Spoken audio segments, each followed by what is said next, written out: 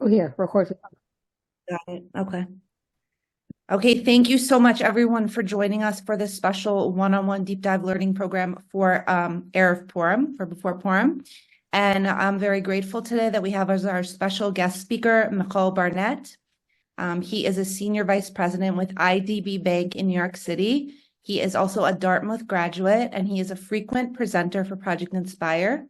He lives in Far Rockaway with his wife and children, and he is also an avid cyclist. So thank you so much for joining us tonight. I'm going to pass it over to you. Okay, what an introduction. Thank you. Thank you, Danielle. I appreciate it so much. And we appreciate all you did. You did amazing work hanging out with people like me, putting it together. Thank you. And also, I want to thank Madeline, because Madeline asked my wife, Bruchi, to join her. Very honored to have Bruchi with us in the chat room. And lastly, I want to thank some guys I learned with who will be having a lot of fun with tonight, Cliff, Matt, and Ilan. And with those quick introductions, I want to say that I want to devote this class, this learning, our growth to the situation in Israel, and it should be a great merit for the soldiers, the Chayalim, and all the Jewish people around the world. Okay, so with that, let's get started. As you might know, all of you probably know the book of Esther, Megillah Esther. And that's really the primary source that we use if we want to get to the depth of what this tremendous holiday is about. What you might not know is Megillah Esther means to reveal that which is hidden, to reveal that which is hidden. And what I want to do is I want to start off by giving 3 stories, one of which is made up, and 2 are actually real. And then after we go through study partners and we come out, I want to sort of bring out some insights from Purim that illuminates the hidden value of those 3 stories, I think gives us a deep message about what we're striving for this coming Sunday. Okay, so with your permission, I want to tell you that I am often confused with 2 very famous people, 2 very famous people. One of those people is very famous in the Project Inspire community, and one of those people is in the broader community, and I'm always confused with both. Now, you might know the person I'm confused with in the Project Inspire community, and that is my twin brother, Rabbi Simcha Barnett. And I want to tell you that Rabbi Simcha Barnett put together this wonderful module that you will be going through after I give this introduction. And so this is clearly a deep dive with the Barnett boys. So that's the first introduction. Deep dive with the Barnett boys, Michoel and Simcha Barnett. Does anybody know who I look like in the general world out there? This famous person. You might not know. I'll take off my glasses. I'll turn to the side. Does anybody know? You can come off mute.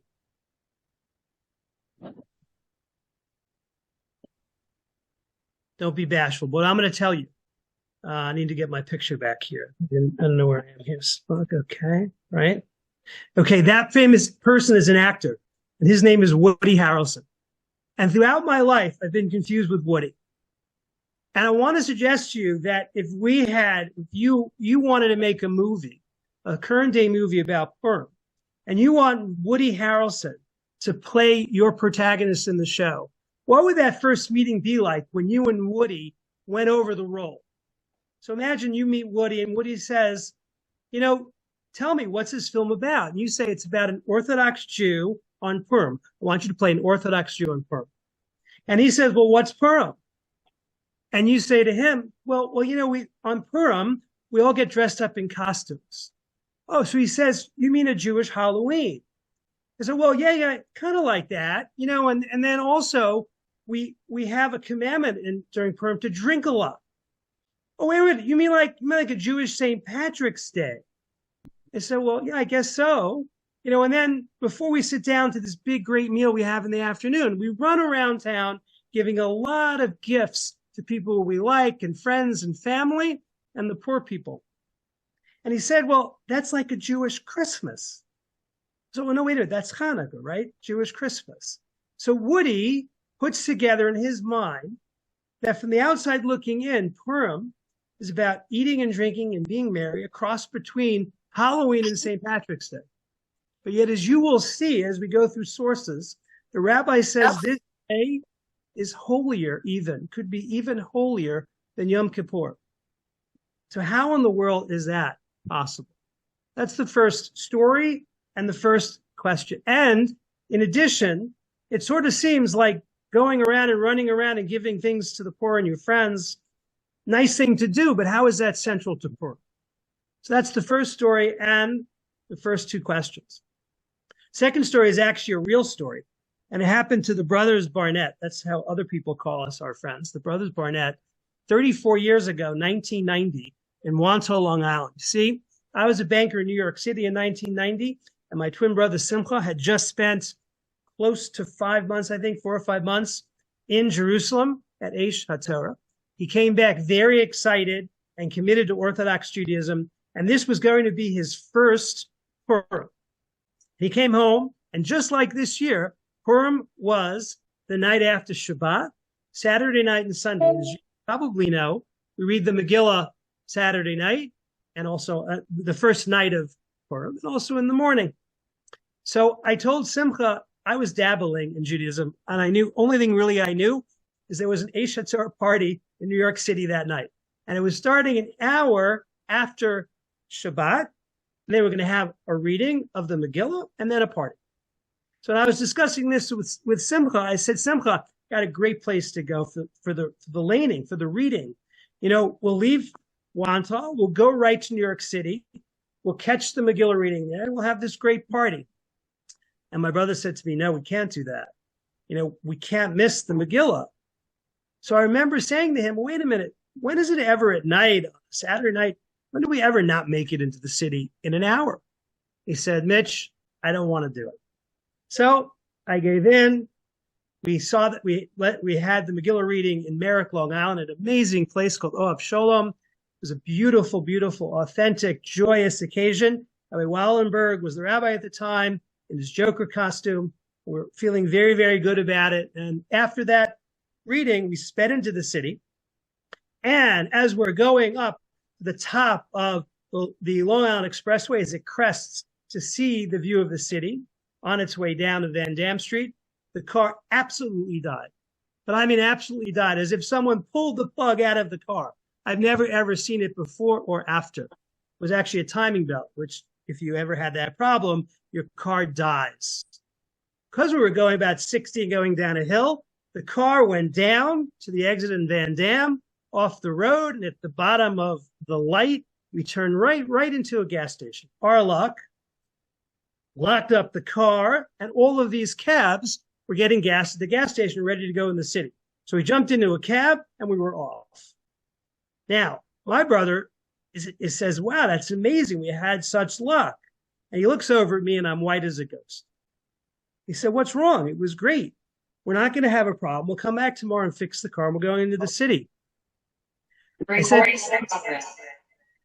someone has to mute the phone, mute on their computer. Yeah. Hold on a sec. Sure. So I turned to my brother and I said, you don't understand. That was a message. He said, what are you talking about? I said, that was a message from God. I'm not in control. He is. Story number 2. Story number 3 happened 15 years ago, 15 and a half years ago, Hanukkah. Story on Hanukkah.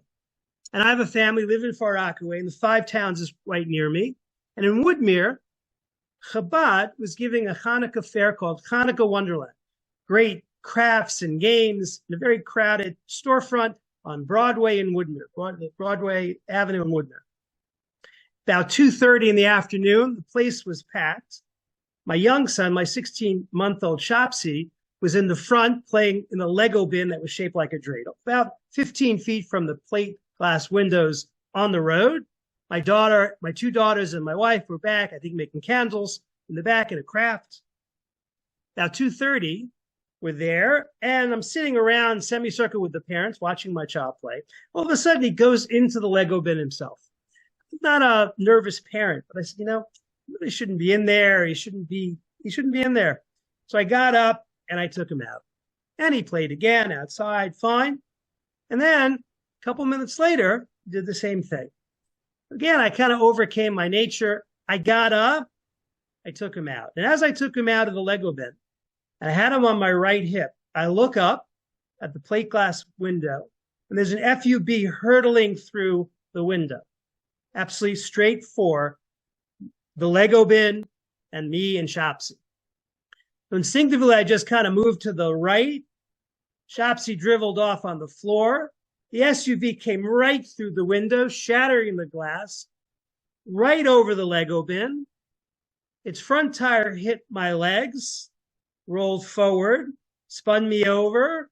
My hand went out. The back tires, as they gained traction, went over my hand, broke my wrist and my fingers, and proceeded to go back through the storefront. It was a moonwalk behind me, tons of people, and that was Hanukkah Wonderland 15 years ago. I was literally hit by a car, and I felt like and I knew what it was like to be hit by a truck now. There's 11 people were taken to the hospital, myself and Shopsy included. Thank God Shopsy only had a cut on his hand, and thank God no one was killed. And as we collected ourselves, and I didn't break any bones in my legs, and we fixed my arm up in New York City and my wrist and my fingers on Shabbat, someone was visiting us in the community, a guy named Danny Eilenberg. And after small talk, he said to me, "Did you see me with my son near the Lego bin?" I said, "No, I didn't." He said, "You know, my son was also in the Lego bin. And when you took your son out, I took mine out." Second open miracle. Second open miracle. Third open miracle. I was slow, and so I was davening near, right around the corner in our house. Rabbi Chol, the rabbi, saw me. He said, "What happened?" I said, "I got hurt in Hanukkah Wonderland." He says, "You're kidding. My grandson as well, 4-year-old grandson." I said, "Where was your grandson?" He said he was by the Lego bin. I said, what happened? He said, "Well, the car ran him over, and his father found him face down. Thought he wasn't alive. Turns out he broke his femur." Open miracles occurred that day. I don't want to talk about the point now, but that's my story. The 3 stories I want you sort of to have in your back pocket. We're going to go through the sources.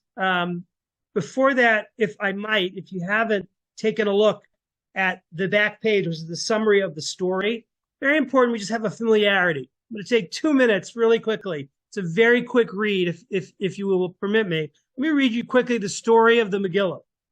So it says like this, the summary says, the Jews were in a hard place. It was the first time in 850 years that Jews were in exile after being in Israel. The temple was destroyed after standing for only 410 years. They were exiled. It was 1,000 years of prophecy which came to an end. And there's a prophecy by Jeremiah that the exile would be after 70 years. Ahasuerus, the king of the time in Persia, saw the Jews were not redeemed after 70 years. So he held a 6-month feast, invited the Jews, wore the high priest's garments, and served food from the temple's goblets. This was a disgrace to the Jews. At the feast, Ahasuerus was drunk, ordered Vashti, his queen, to show up in the party dressed immodestly. When she refused, Ahasuerus ordered her death. King Ahasuerus then held a beauty pageant to find a new wife. Esther, a beautiful Jewish girl, is chosen to be the queen. Esther is orphaned, being raised by Mordecai, the leader of the Jewish people. During this time, 2 palace guards, named Bigsan and Seresh, fought to assassinate the king. Mordecai overhears them outside the palace gates and gets them eliminated. This saves the king's life. Imagine, there's a break, 9 years. Doesn't say it in the Megillah, but there's a 9-year break in time. Haman was promoted to become advisor to the king after that. He had power to issue any decree. He made everyone in the kingdom bow down to him. You might recall Mordecai would not do so. It enraged Haman, Mordecai not bowing down. And he convinced Ahasuerus then that the Jewish nation was a threat. He legislated a pogrom against the Jewish people and cast lots on the right day to wipe them out. The Jews, as you see, are in a very horrible state. They're scared. They pray. They rally the troops in protest.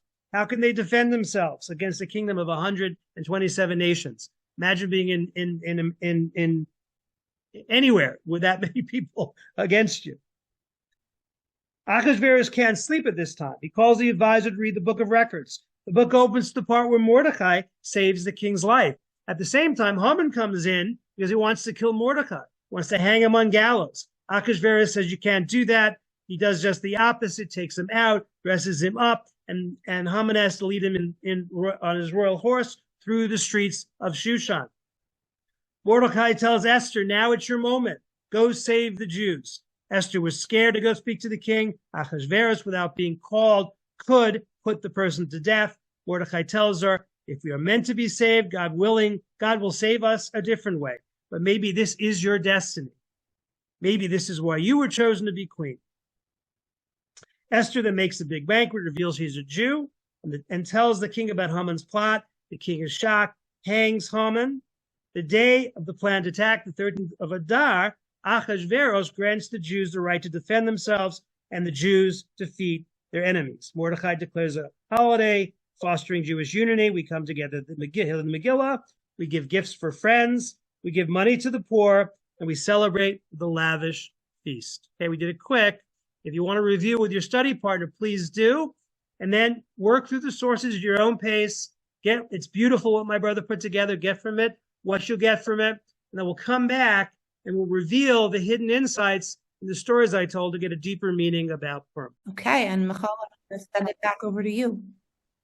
Okay, guys, I really enjoyed the learning. I really enjoyed my brother's module. Great job, Simcha. Thank you. I want to take this away. Okay, good. Put this bigger. Okay, great. So what I want to do is I want to go back through. Oh, Can't hear you. what happened? Yeah, 1 second. Sorry, I'm back now. I apologize. I was on mute. I want to come back and talk about the significance of the 3 stories that I mentioned. First, our Woody Harrelson story. How in the world can we see what looks to be a very light, sort of frivolous holiday where we eat and drink and be merry, and we splice it or spice in giving and good stuff, seemingly as an afterthought? How does that get us to a position where perhaps we can have more holiness than Yom Kippur? So I want to talk about in two ways. The first way is I want to define holiness.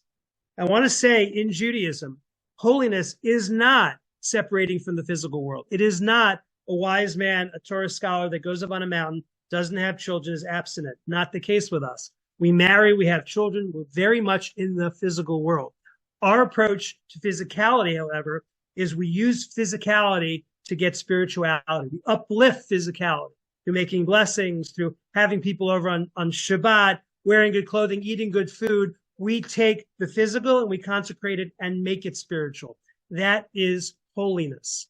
So with that dimension, that understanding of what one can use the total person to be and have, I want to tell you how perhaps one can see the ability, the potential on Purim to be even holier than Yom Kippur would be as follows.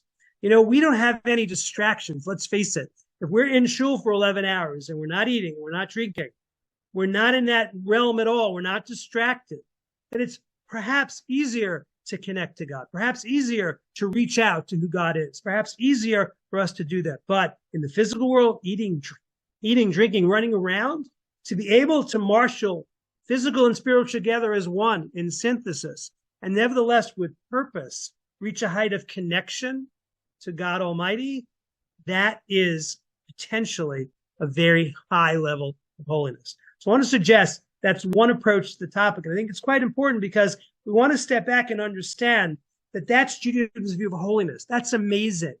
There's nothing separate in our world, Jewish view of pleasure. It's all one. We just have to know how to use it, like a connoisseur who knows how to use wine. We Jews know how to use pleasure. First thing. I want to now go to my second story because learning the second story will give us a deeper insight into the first story. Okay, so the second story is Barnett boys traveling to New York City to an Eish HaTorah party. And Mitch Barnett at the time is just in shock. God controls the world. Now, what does that mean? What does that mean? We say it every day. Shema Yisrael, Hashem Elokeinu, Hashem Echad. Hear, O Israel, Lord our God, the Lord is one. What's the oneness that we're talking about? Certainly, monotheism, oneness, means one, not two, not three. but it also means oneness, that everything has unification. Everything is unified. God is unified throughout the creation.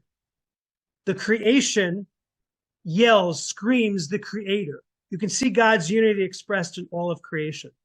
But you can see God's unity also expressed in the orchestration of our lives.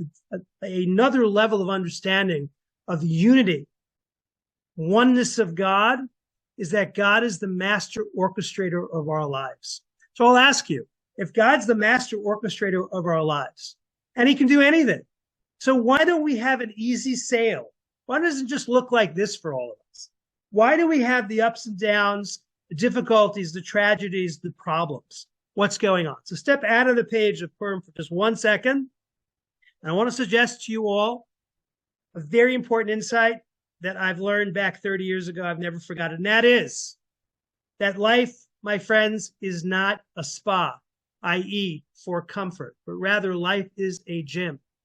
And in a gym, if you want to grow muscles, if you want to grow, you have to have resistance. And when you know you're going into a gym to grow, you don't resent the weights. And I want to suggest to all of us that we're here for growth.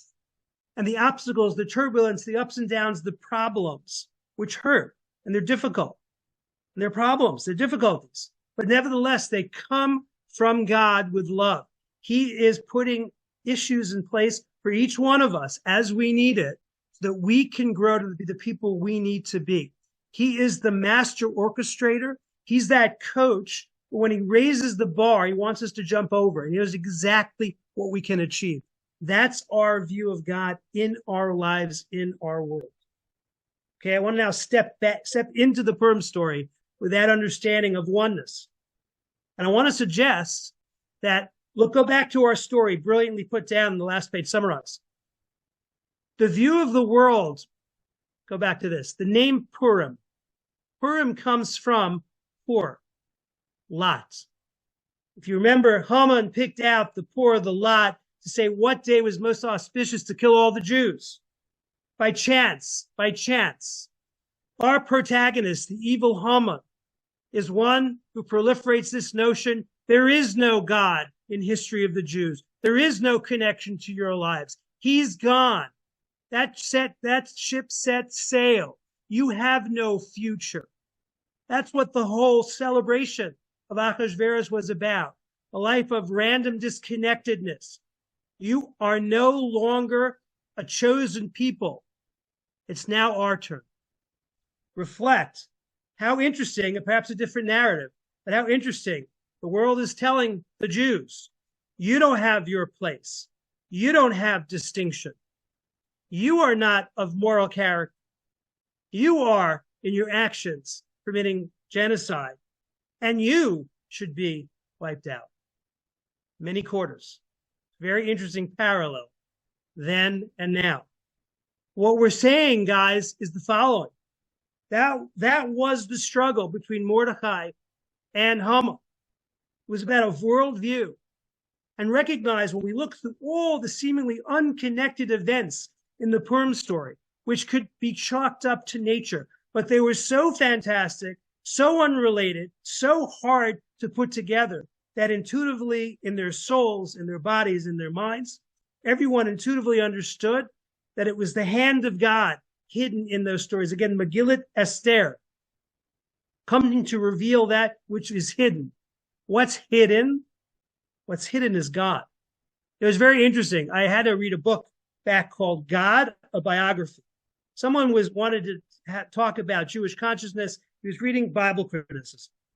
And in that book, God, a Biography, their proof that the God of the Jews was gone is that he was not mentioned once in the story of the last book in Tanakh, Megillat Esther. We Jews understand that's the whole point of Purim. It's coming to a recognition that in the ongoing life that we lead, both in Jewish history and our own lives, God is leading us with love to fulfill our potential and our destiny. But let's not go back with that understanding to our first story. And let's understand this very difficult thing to understand. How can we have a mitzvah to be inebriated, to drink till we can't know the difference between blessed Mordecai and cursed Haman. How does that fit into spirituality?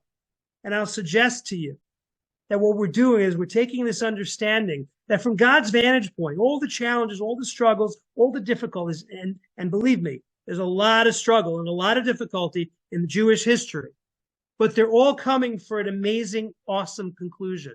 And from that perspective, there is no difference in God's world between good and evil with respect to how we're going to ultimately get there and what we need to do and who we need to be and who we need to become. And so we drink purposefully on Purim because we want to blur the distinctions between good and evil, bad and good. We want to dull them because that's what's going on.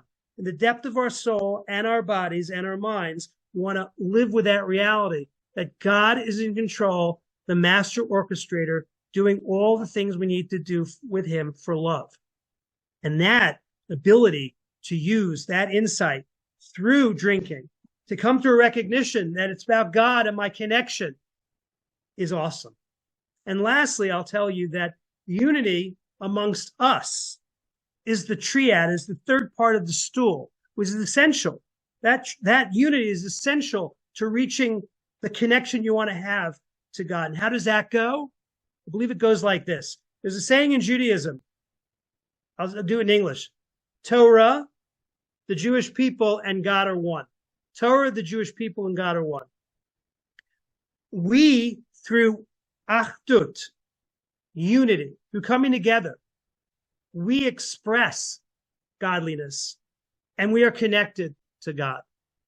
And in order for that unity to occur, such that we express the unity that Purim is all about, we have to grow our hearts. We have to spend the day running around and making people happy and feeling good and giving and giving and giving and giving, because our heart expanding is what binds us together. And that true unity is a key ingredient in our salvation and in Purim. So it's central. It's not on the side, but it's central to our journey in Purim. And lastly, and I'm going to conclude with this. What's the last story about, and why do I find it compelling? When you have a near-death experience, when you have a salvation, it's one thing to try to get yourself to appreciate all the wonderful things God does. And it's a lifelong effort. Lifelong. We have to try and have a lifelong effort. But I can tell you, the love that God had for me and my son and the people there is instilled in my heart. It's seared in me because I had salvation.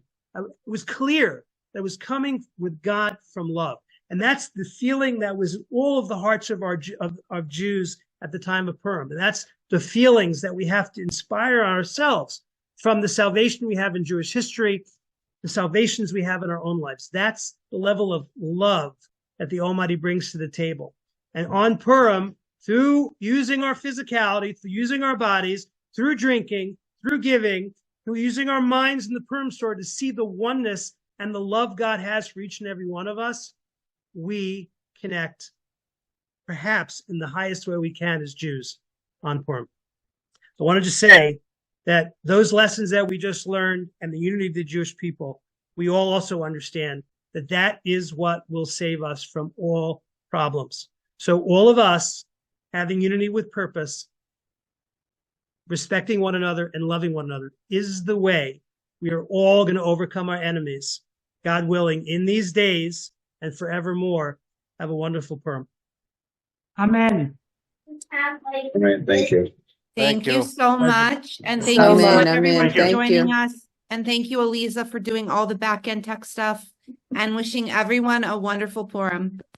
Thank you. Thanks, Danielle. Thank Thank you. you. Thank you. Great program. Thank you. Thank Thank you. you so much. Thanks, Mayor. Thanks, everybody. Thank you very much. Easy Thanks, fast Amaya. to all. Yeah, You you will. too. Everybody. Oh, yeah, easy fast. Good to see everybody. That's where. Bye-bye. Bye-bye.